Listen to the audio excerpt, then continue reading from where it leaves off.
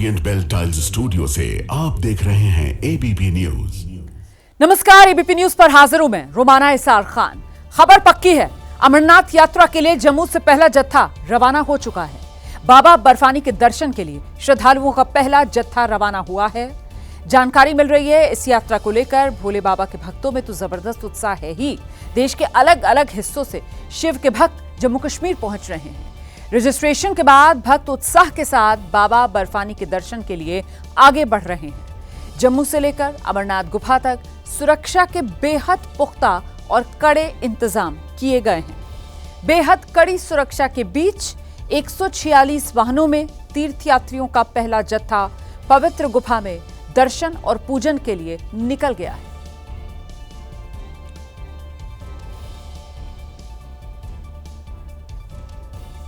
तो जिस पल का बाबा बर्फानी के भक्तों को इंतजार रहता है, आखिरकार वो पल आ चुका है। बाबा बर्फानी के भक्तों का जत्था अमरनाथ गुफा के लिए रवाना हुआ।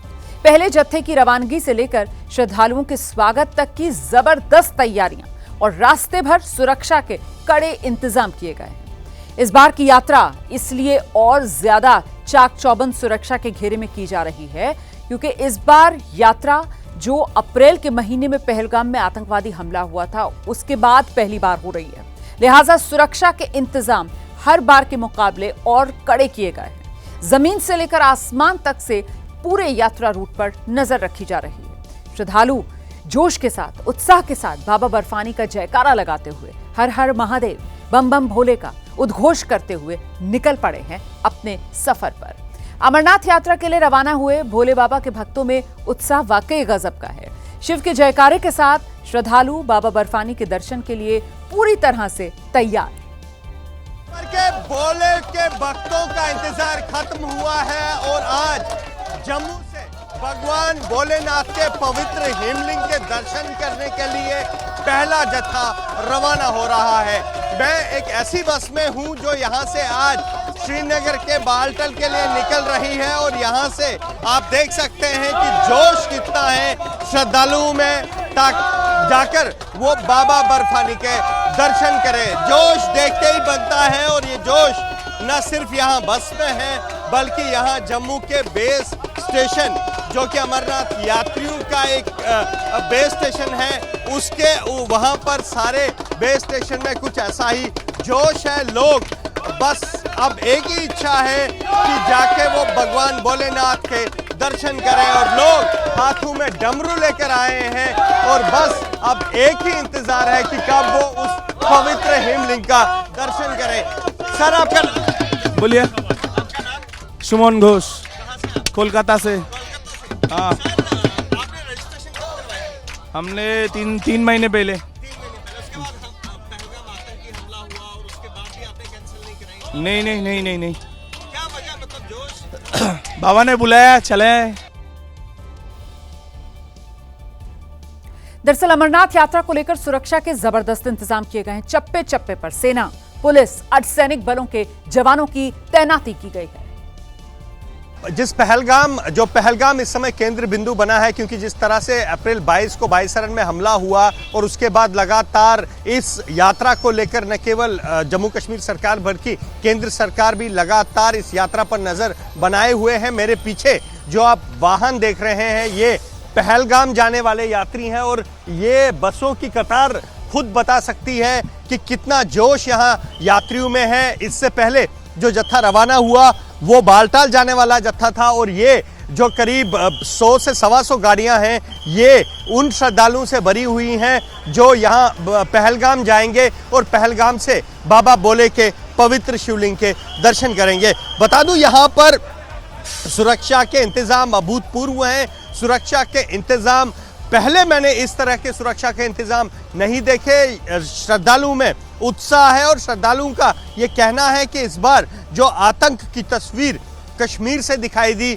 उस आतंक की तस्वीर का जवाब ये श्रद्धालु देंगे, कश्मीर जाकर देंगे, पहलगाम जाकर देंगे, बालटाल जाकर देंगे और बाबा के दर्शन करके देंगे। श्रद्धालुओं में जोश इतना है कि श्रद्धालु इस बार ये कह रहे हैं कि इस बार आतंक पर जो है वो आस्था भारी है और हो भी क्यों ना इस बार जो इंतजाम किए गए हैं सुरक्षा के, मैं खास तौर पर कहूंगा वो अभूतपूर्व है। इस बार पहली बार मैं बता दूं, जैसे ही श्रद्धालु सड़क से आएंगे, उन्हें जैसे ही वो जम्मू पहुंचेंगे और जम्मू के कठुआ एंटर करेंगे, कठुआ से ही उन्हें भारी सुरक्षा के बीच यहां जम्मू तक लाया जाएगा और जम्मू से श्रीनगर तक का करीब 300 किलोमीटर का जो सफ़र है, उस सफ़र को सुविधापूर्ण बनाने के साथ साथ सुरक्षित भी बनाया गया है। न केवल यहाँ पर जम्मू कश्मीर पुलिस, अर्धसैनिक बल और सेना को लगाया गया है, बल्कि सीसीटीवी कैमरा, उन सीसीटीवी कैमरों में फेशियल रिकॉग्निशन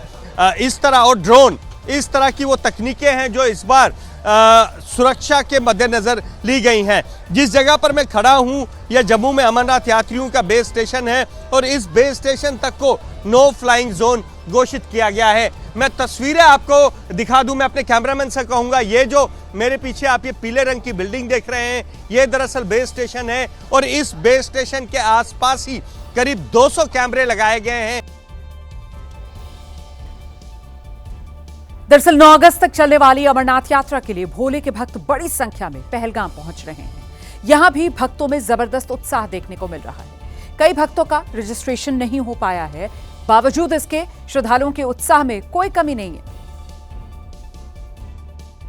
अमरनाथ यात्रा को लेकर भारी तादाद में ऐसे भोलेनाथ के भक्त पहलगाम पहुंचे हैं जिनका रजिस्ट्रेशन नहीं है और यही वजह है कि इनकी तादाद जब बढ़ती हुई देखी प्रशासन ने तो उनके रजिस्ट्रेशन की व्यवस्था कराई गई है। ये पहलगाम का क्लब है, यहाँ पर सुबह 8 बजे से तत्काल जो रजिस्ट्रेशन की प्रक्रिया है वो शुरू होगी, लेकिन देर रात से ही जो भोलेनाथ के भक्त हैं वो लाइनों में लगे हुए हैं और आप देख सकते हैं कि जहां तक आपकी नजर जाएगी वहां तक सिर्फ आपको भोलेनाथ के भक्तों की लंबी कतार देखने को मिलेगी। हालांकि सुरक्षा के पुख्ता इंतजाम किए गए हैं और आप देख सकते हैं कि किस तरीके से चाहे सेना के जवान हो, चाहे स्थानीय पुलिस हो, वो यहां पर पूरी तरह से मुस्तैद नजर आ रही है और कोशिश प्रशासन की तरफ से यही है कि सुरक्षा के पुख्ता इंतजाम किए जाएं और साथ ही आप देख सकते हैं जो भक्त यहां पर पहुंचे हुए हैं, जो उनका लगेज है उसको भी चेक किया जा रहा है।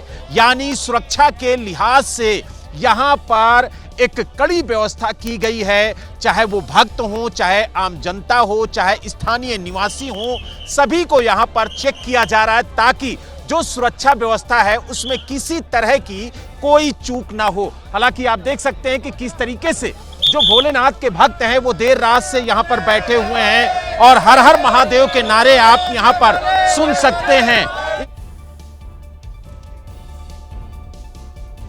आगे बढ़ते हैं। उत्तर प्रदेश में कांवड़ यात्रा से पहले पहचान को लेकर सियासी संग्राम जारी। इस बार समाजवादी पार्टी के पूर्व सांसद एसटी हसन का बयान सामने आया है। नेम प्लेट विवाद को लेकर एसटी हसन कह रहे हैं, इनमें और आतंकवादियों में क्या अंतर है? ये सवाल एसटी हसन की तरफ से उठाया गया है। पहलगाम में आतंकवादियों ने धर्म पूछकर मारा, तो तुलना देखिए जो एसटी हसन की तरफ से की गई है आतंकवादियों के साथ।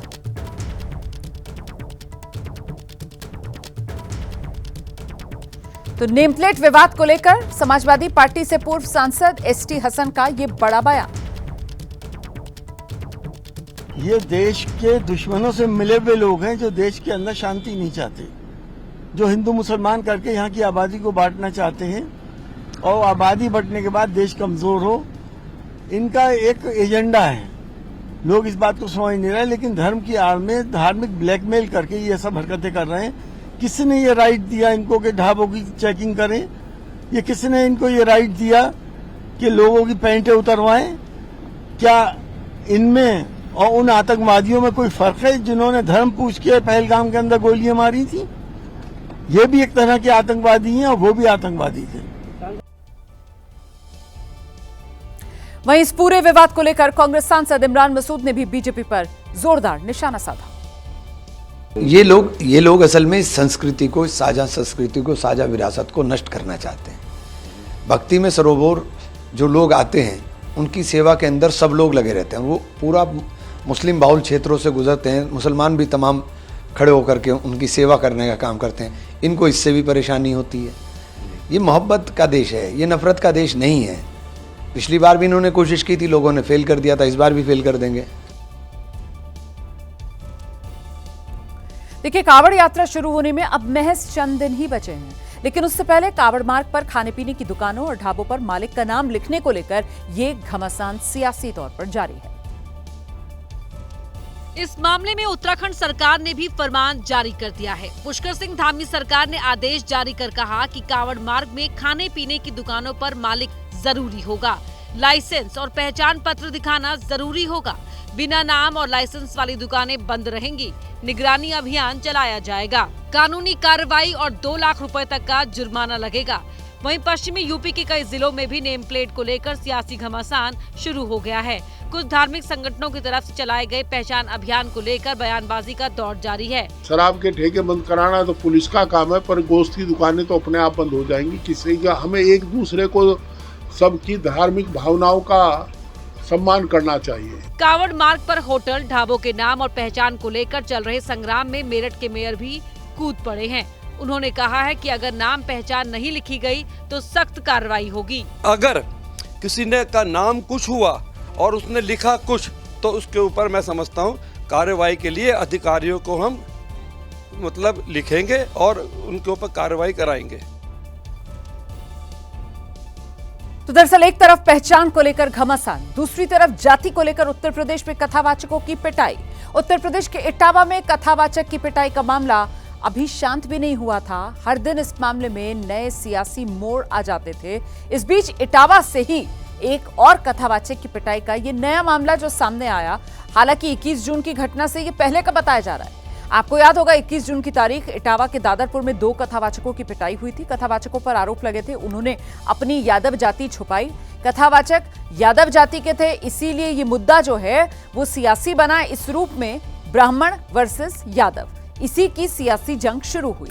लेकिन इस घटना से 4 दिन पहले का एक वीडियो है जो अब जमकर वायरल हो रहा है, जिसकी तारीख 17 जून की बताई जा रही है। जसवंत नगर क्षेत्र का ये मामला बताया जा रहा है। इस वीडियो में भी एक कथावाचक की पिटाई होती हुई नजर आ रही है। दरअसल जसवंत नगर के जनकपुर गांव में कथावाचक की जो पिटाई हुई है, इन कथावाचक का नाम है पंकज उपाध्याय, मतलब ये ब्राह्मण जाति के हैं। इनके परिवार का आरोप है कि गांव के यादव परिवार के लोगों ने इन ब्राह्मण कथावाचक की पिटाई कर दी है।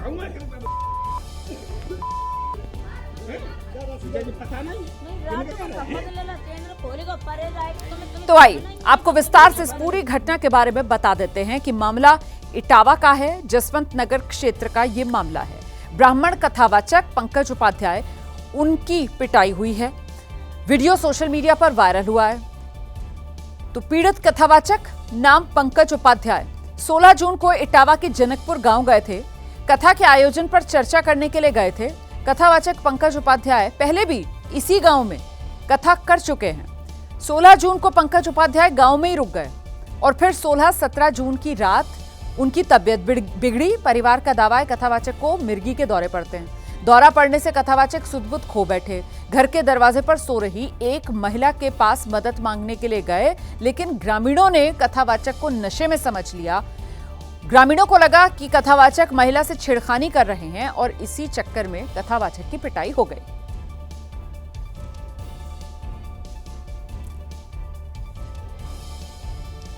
तो उत्तर प्रदेश के इटावा में यादव कथावाचकों से हुए विवाद का असर अब बिहार तक पहुंच चुका है। मोतिहारी के टिकुलिया गांव में ब्राह्मणों के पूजा पाठ करने पर बाकायदा बोर्ड पर लिखकर रोक लगाई गई है, जिसके लिए गांव के मुख्य सड़क पर बाकायदा एक बोर्ड लगाया गया, जिस पर लिखा हुआ था इस गांव में ब्राह्मणों को पूजा करना सख्त मना है, पकड़े जाने पर दंड के भागी होंगे। इतना ही नहीं, वहां लगे बिजली के खंभों पर भी ये चेतावनी लिखी गई।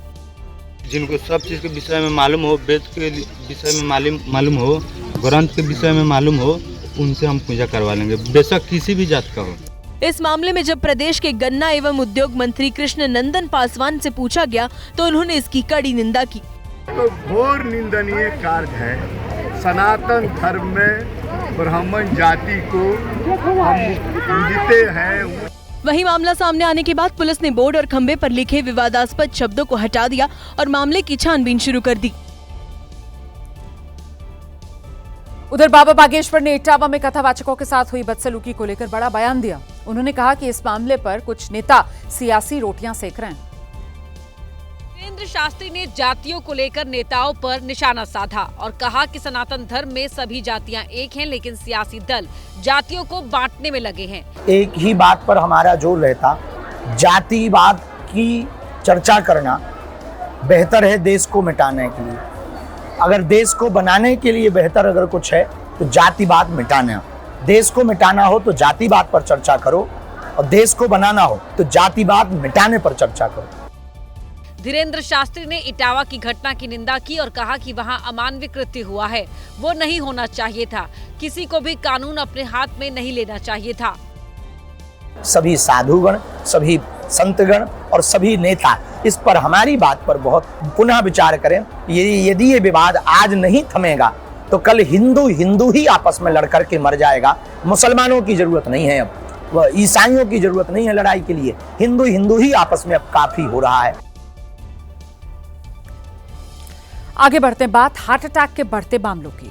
दरअसल कर्नाटक के हासन में 40 दिन में 22 लोगों की मौत हो गई है। वजह हार्ट अटैक बताया जा रहा है। इनमें 19 से 25 साल के 5 लोग हैं जिनकी मौत हुई है। 25 से 45 साल की उम्र के 8 लोगों की जान गई है। कर्नाटक सरकार ने इस मामले में जांच के आदेश दिए हैं, लेकिन मुख्यमंत्री सिद्धरामैया ने कोरोना वैक्सीन की वजह से मौत की आशंका जता दी है। मृतकों में युवा और मध्यम आयु वर्ग के लोग शामिल हैं। सरकार कह रही है मृतकों को पहले से दिल की बीमारी नहीं थी। अब इस मामले में स्वास्थ्य मंत्रालय की तरफ से बड़ी जानकारी दी गई है। हार्ट अटैक और वैक्सीन का कोई संबंध नहीं है। आईसीएमआर और एम्स ने रिसर्च की है। लाइफस्टाइल को मौत की वजह बताया गया है। पहले से बीमारी की वजह से भी कई मौत हुई।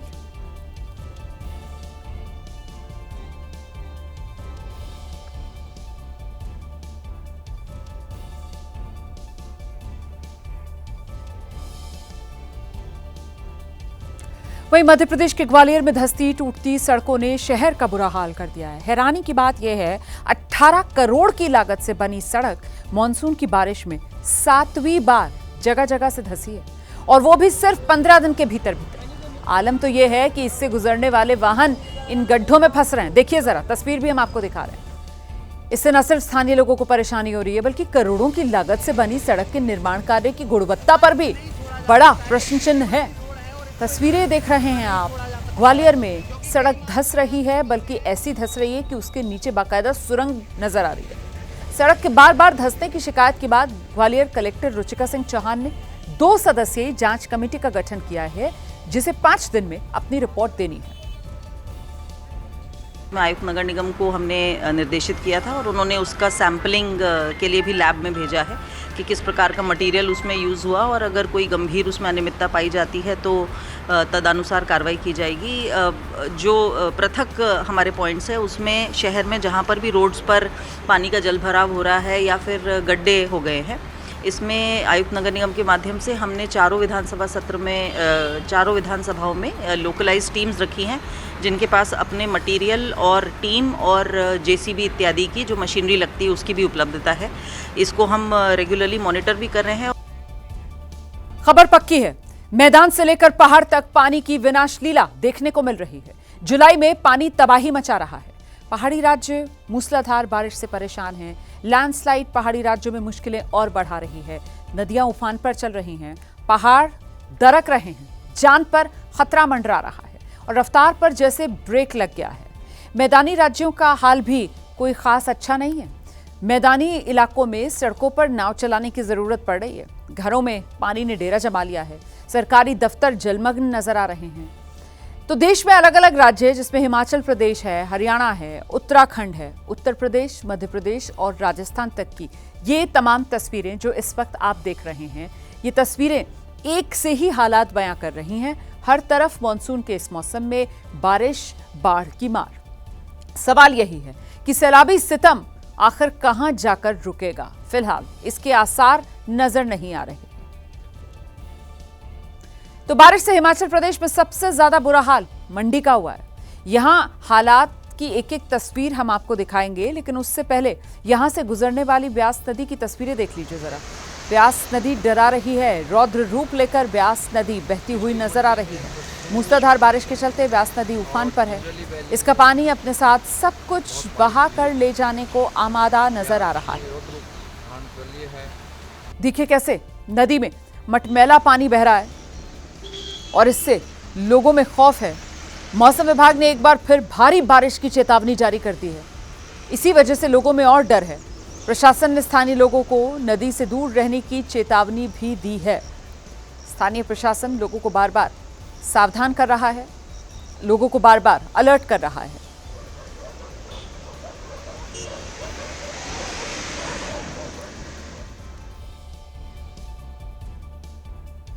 हिमाचल प्रदेश के ही सोलन का एक वीडियो सामने है, दिखा देते हैं आपको। यहां देखते ही देखते पहाड़ से मलबा भरभरा कर नीचे आकर गिरा।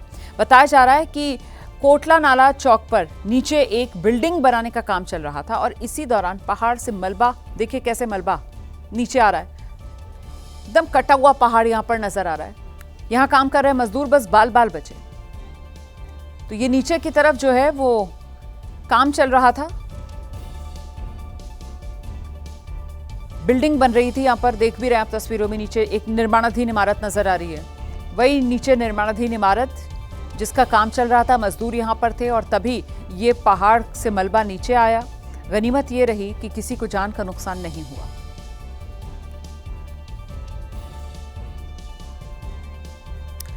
हिमाचल प्रदेश में जो जिलों का नाम है बस वही बदल रहा है, लेकिन तस्वीरें तमाम जिलों की कमोबेश एक जैसी ही हैं। इसी कड़ी में किन्नौर से एक बड़ी खबर आई है। किन्नौर में फ्लैश फ्लड जिसने मुसीबत बहुत बढ़ा दी है। यहां नेशनल हाईवे 5 पर मलबा आने से आवाजाही भी प्रभावित हुई है। गाड़ियां मलबे में फंसी हुई हैं। बीआरओ रास्ते को खोलने में जुट गया है। ये तस्वीरें आपके सामने, किन्नौर की ये तस्वीरें आपके सामने हैं कि किस तरीके से यहाँ पर बादल फटा, मलबा आया और उसके बाद नेशनल हाईवे 5 जिस पर आवाजाही बाधित, मलबे में फंस के रह गए बड़े बड़े वाहन, हिल ही नहीं पा रहे हैं। मलबे में ऐसे इन वाहनों के जो टायर हैं वो जम गए। फिलहाल मलबा हटाने का काम यहाँ पर किया जा रहा है। बीआरओ मौके पर मौजूद है और रास्ता खोलने की कोशिशें जारी हैं।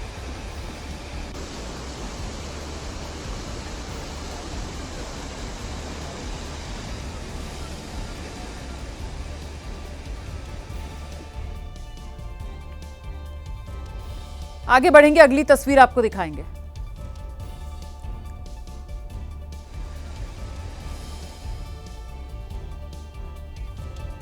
ये वो अगली तस्वीर है। किन्नौर से ही ये भी तस्वीर सामने आई है। यहां रक्षम गांव बताया जा रहा है, जहां पहाड़ी पर बादल फटा तो सैलाब बहने लगा। देखिए कैसे सैलाब बहता हुआ नजर आ रहा है। पानी के प्रहार की गवाही ये तस्वीरें दे रही हैं और ये पानी पहाड़ों से होकर नीचे आ रहा है तो पहाड़ों की मिट्टी अपने साथ लेकर आ रहा है। इसीलिए देखिए कैसे मटमैला ये पानी है, मिट्टी और मलबे की ये बाढ़।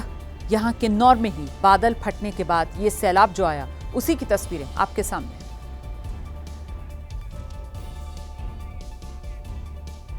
और सिर्फ हिमाचल प्रदेश ही नहीं बल्कि उत्तराखंड में भी मौसम की मार देखने को मिल रही है।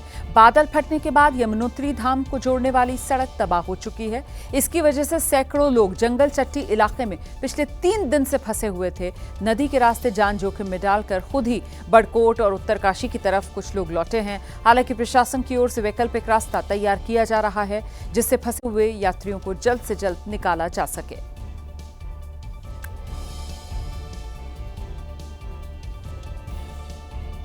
तो ये यमुनोत्री मार्ग की तस्वीरें आपके सामने, पूरा टूटा हुआ यमुनोत्री मार्ग आप देख रहे हैं और यात्री यहां पर कई घंटों से फंसे हुए हैं। ऐसे में बहुत से यात्री ऐसे हैं जो और इंतजार अब नहीं करना चाहते और देखिए कैसे जान जोखिम में डालकर वो अलग रास्ते से वापस लौटने की कोशिश कर रहे हैं। पहाड़ों के बीच का रास्ता जहां पर बीच बीच में पानी के नाले बह रहे हैं, सड़क पक्की नहीं है, लेकिन पहाड़ों से गुजरकर यात्री जो हैं वो आगे बढ़ रहे हैं।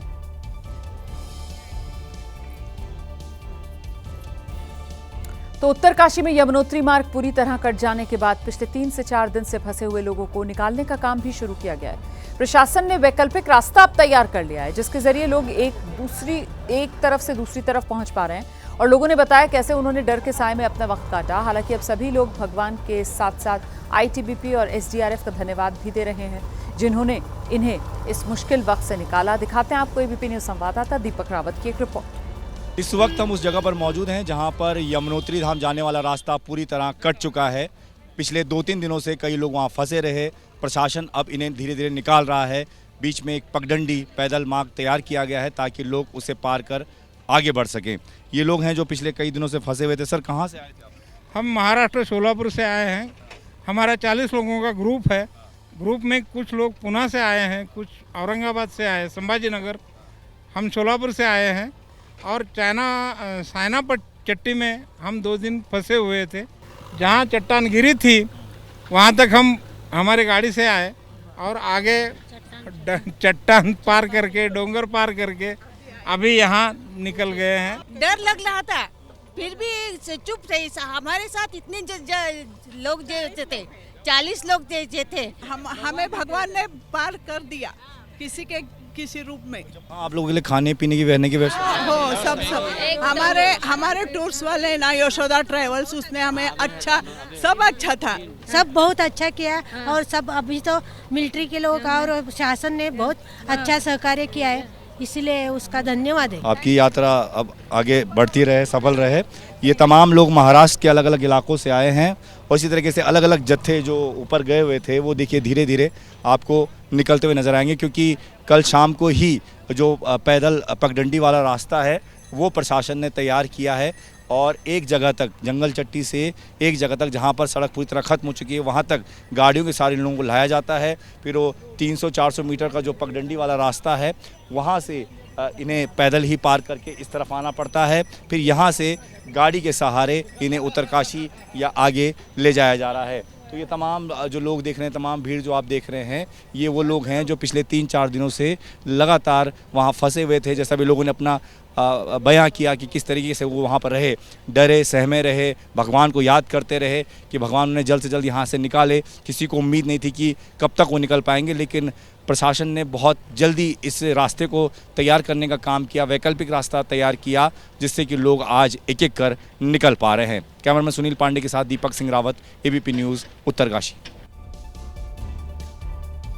और अब खबर राजस्थान से है। मरुधरा में मूसलाधार बारिश से हाल बेहाल है। इसकी ताजा तस्वीर आई है राजस्थान के भरतपुर जिले से। तस्वीरों को दिखाते हैं हम आपको, ताकि आप ये समझ सकें कि राजस्थान में पानी किस तरह परेशानी का सबब बना है। ये देख रहे हैं आप तस्वीर। भरतपुर में देर रात हुई बारिश के बाद जगह जगह पानी भर गया। जल भराव का ये मंजर सुबह से देखने को मिला। सड़कों पर 1-1 फुट तक पानी भरा हुआ है। जल भराव से मुख्यमंत्री जन सुनवाई केंद्र भी नहीं बच सका। बीडीए आयुक्त निवास के भीतर भी पानी भर गया। हालांकि पानी निकालने के लिए नगर निगम ने जो पंप सेट हैं वो लगाए हैं, लेकिन अभी भी ज्यादातर इलाके जलमग्न। लोगों को काफी परेशानियों का सामना करना पड़ रहा है। देखिए कैसे सड़कों पर पानी का डेरा।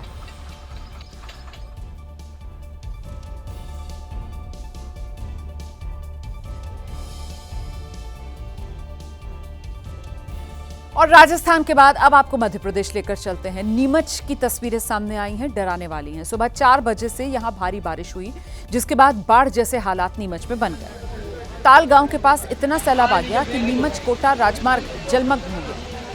रोजड़ी नदी के पुल के ऊपर से पानी बह रहा है। तस्वीरें आपके सामने देखिए। यहाँ पुल कहाँ है नजर नहीं आ रहा, क्योंकि पुल के ऊपर से पानी बह रहा है। ये नीमच कोटा राजमार्ग पूरी तरीके से जलमग्न नजर आ रहा है।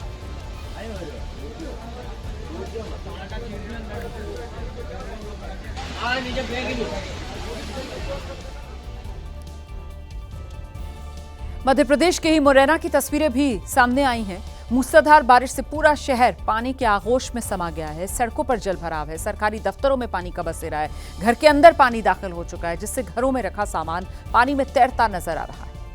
एसी, फ्रिज, कूलर सब पानी के चलते खराब हो रहे हैं। इंसान के साथ साथ बेजुबान पर भी इस पानी की मार पड़ रही है।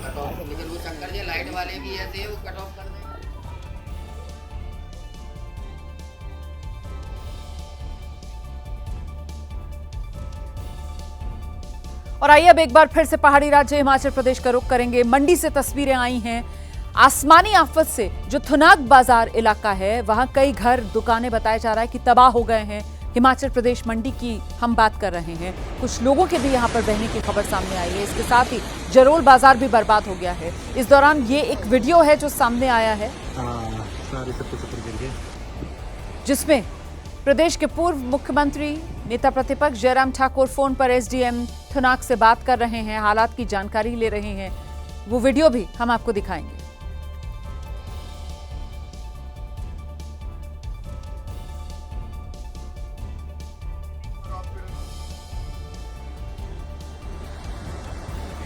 तो ये वो तस्वीर है जो आप देख रहे हैं। जयराम ठाकुर फोन पर जानकारी लेते हुए हालात की, जो एसडीएम थुनाग हैं उन्हीं से वो बात करके स्थिति का जायजा ले रहे हैं। अच्छा, अब दूसरी मेरे आपसे एक सबमिशन है, एक काम जरूर करिए आप, जहाँ जहाँ पे लोग ऐसी जगह है बारिश अभी आज भी संभावना बारिश की है तो उनको वहाँ से शिफ्ट करना। जैसे हमने बाड़ा में और नीचे मुराद पंचायत के जो नीचे वाली इलाके हैं सुरा और वहाँ पर खुनागी से हमने लोगों को शिफ्ट किया है।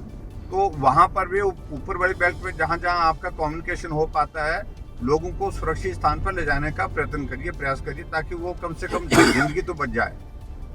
तो ये पहली प्रायोरिटी है। और उसके बाद फिर रेस्टोरेशन के काम सारी चीज़ों को लेकर के जो चल रहे हैं वो चल रहे हैं। उस तरह से थोड़ा टाइम लगेगा उसमें, और लोगों को दवाई और खाने का थोड़ा सा इस सारी चीज़ के लिए राशन वगैरह का थोड़ा।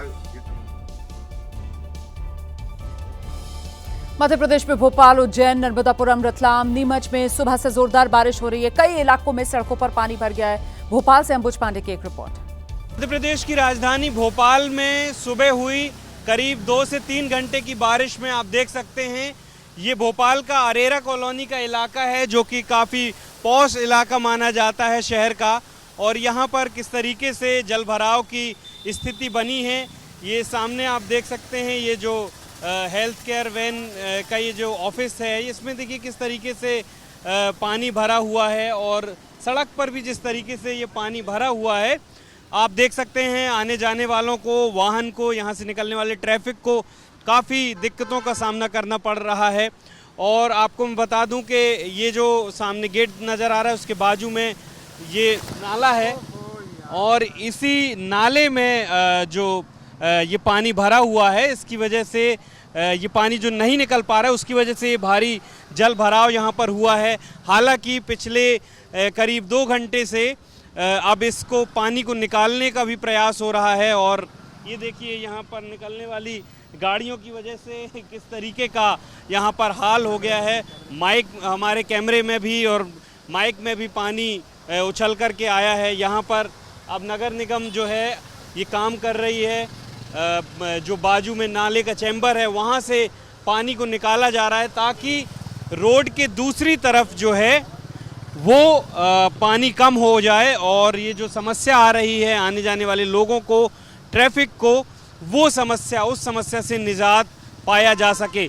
लेकिन ये कुछ घंटों की बारिश में जिस तरीके से शहर के ये जो पॉश इलाके हैं वहाँ पर भी इस तरीके का जल भराव दिखाई दे रहा है, उससे नगर निगम और उसकी तैयारियों की भी पोल खुल जाती है। कैमरा पर्सन होमेंद्र देशमुख के साथ अंबुज पांडे, एबीपी न्यूज़ भोपाल।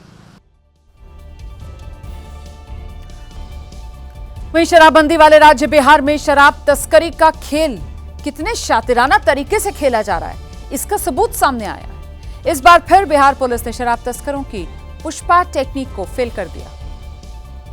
सड़क पर जब इंडियन ऑयल का ये टैंकर चल रहा था तो सबको यही लगा कि इसमें पेट्रोल या डीजल होगा, लेकिन पुलिस वालों को पहले से खबर मिल गई थी और शराब तस्करों की चाल फेल हो गई थी। दरअसल नवादा पुलिस ने जब इस ऑयल टैंकर को रोका और इसकी तलाशी ली तो इसके अंदर से शराब की बोतलें निकालने लगे। टैंकर में अलग अलग ब्रांड की अंग्रेजी शराब की पेटियां रखी थी जिसे जब्त कर लिया गया। इंडियन ऑयल का ये पूरा टैंकर शराब से भरा था। ऐसे में अनुमान लगाया जा रहा है कि इसमें करोड़ों रुपए की शराब थी। उधर भोपाल के बजरिया इलाके में एक लड़का और एक लड़की लिव इन में रहते थे। लड़की शादी की उम्मीद पालकर बैठी हुई थी, लेकिन अब पुलिस को इस मकान से लड़की का शव बोरे में पैक हुआ मिला है। जांच में पता चला कि सचिन और ऋतिका करीब 4 साल से लिव इन रिलेशनशिप में रहते थे। लेकिन शुक्रवार की रात दोनों के बीच कहासुनी हुई और आरोप है कि सचिन ने गला दबाकर रितिका की हत्या कर दी। बताया जा रहा है कि रितिका फोन पर अपने बॉस से बात कर रही थी।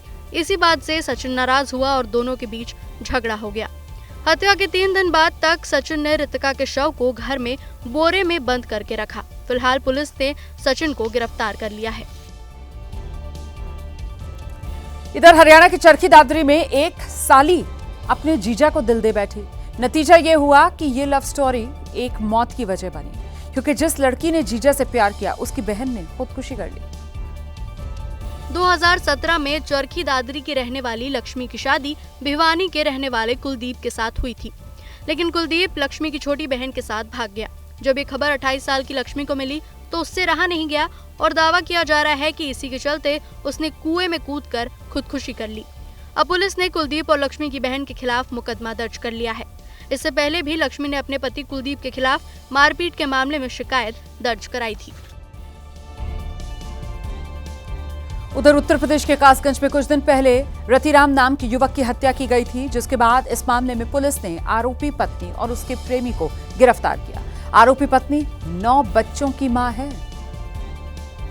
पुलिस की गिरफ्त में खड़े रीना और हनीफ ने 18 जून को ट्यूबवेल के पास रतिराम नाम के एक शख्स की गला दबाकर हत्या कर दी थी। हत्या के बाद किसी को पता नहीं चले, इसके लिए शव को छिपा दिया गया और फरार हो गए। लेकिन एक दूसरे के इश्क में गिरफ्तार ये दोनों जोड़े कानून की नजरों से न बच सके और बीती रात फर्रुखाबाद से गिरफ्तार कर लिए गए। दोनों ने कबूल किया कि रतिराम को दोनों के प्रेम संबंध का पता चल गया था, लिहाजा दोनों ने मिलकर उसकी हत्या की योजना बना डाली। सबसे हैरानी वाली बात यह है कि आरोपी रीना पहले से ही 9 बच्चों की मां है, जबकि प्रेमी हनीफ 27 साल की बेटी का बाप है। उधर ओडिशा के भुवनेश्वर नगर निगम के एडिशनल कमिश्नर के साथ कुछ ऐसा हुआ जिसके बारे में सोचकर उनके समकक्ष अधिकारी हैरान हैं। तो सियासत में भी इस पर चर्चा गर्म है। मारपीट के 5 आरोपियों को बीजेपी ने पार्टी की प्राथमिक सदस्यता से निलंबित कर दिया है। लोग एक शख्स को पीट रहे हैं, जिनकी पिटाई हो रही है वो एडिशनल कमिश्नर है।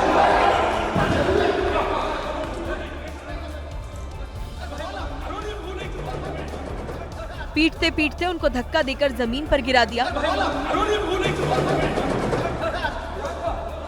उसके बाद उनको घसीटकर बाहर ले जाते समय उनके मुंह पर लात मारी गई। एडिशनल कमिश्नर को घसीटते हुए पोर्टिको से बाहर ले गए, वहां भी उनको पीटा गया। ये पूरी घटना तब हुई जब एडिशनल कमिश्नर अपने दफ्तर में जन सुनवाई कर रहे थे। मारपीट का आरोप एक पार्षद और उसके साथियों पर लगा है। इस घटना के विरोध में बीजेडी कार्यकर्ताओं ने विरोध प्रदर्शन भी किया। उधर उत्तर प्रदेश के जौनपुर में जमीन विवाद को लेकर 2 पक्ष आपस में ही भिड़ गए। जमकर लाठी डंडे चले, ईंट पत्थर चले। मारपीट की घटना में दोनों पक्षों के 7 लोग घायल हुए हैं। वीडियो में दिख रहा है कि विवाद के बाद दोनों पक्षों ने एक दूसरे के ऊपर लाठियों से हमला कर दिया। महिलाएं भी ईंट पत्थरों से एक दूसरे पर पलटवार कर रही हैं। मारपीट शुरू होते ही उसमें कुछ और लोग भी शामिल हो गए। बुजुर्ग और दोनों पक्ष की महिलाएं आमने सामने आ गईं। इस दौरान जिसके हाथ में जो मिला वो उसी से हमला करता रहा। लाठियों से दे दनादन एक दूसरे के ऊपर वार किया गया।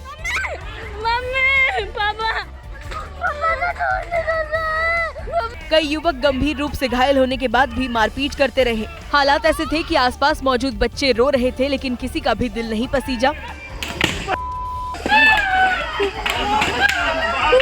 ये घटना केराकत के बिसुई बराई गांव की है। विवादित जमीन को लेकर कोर्ट में मामला होने के बाद भी दोनों पक्षों के बीच पहले भी लड़ाई हो चुकी है।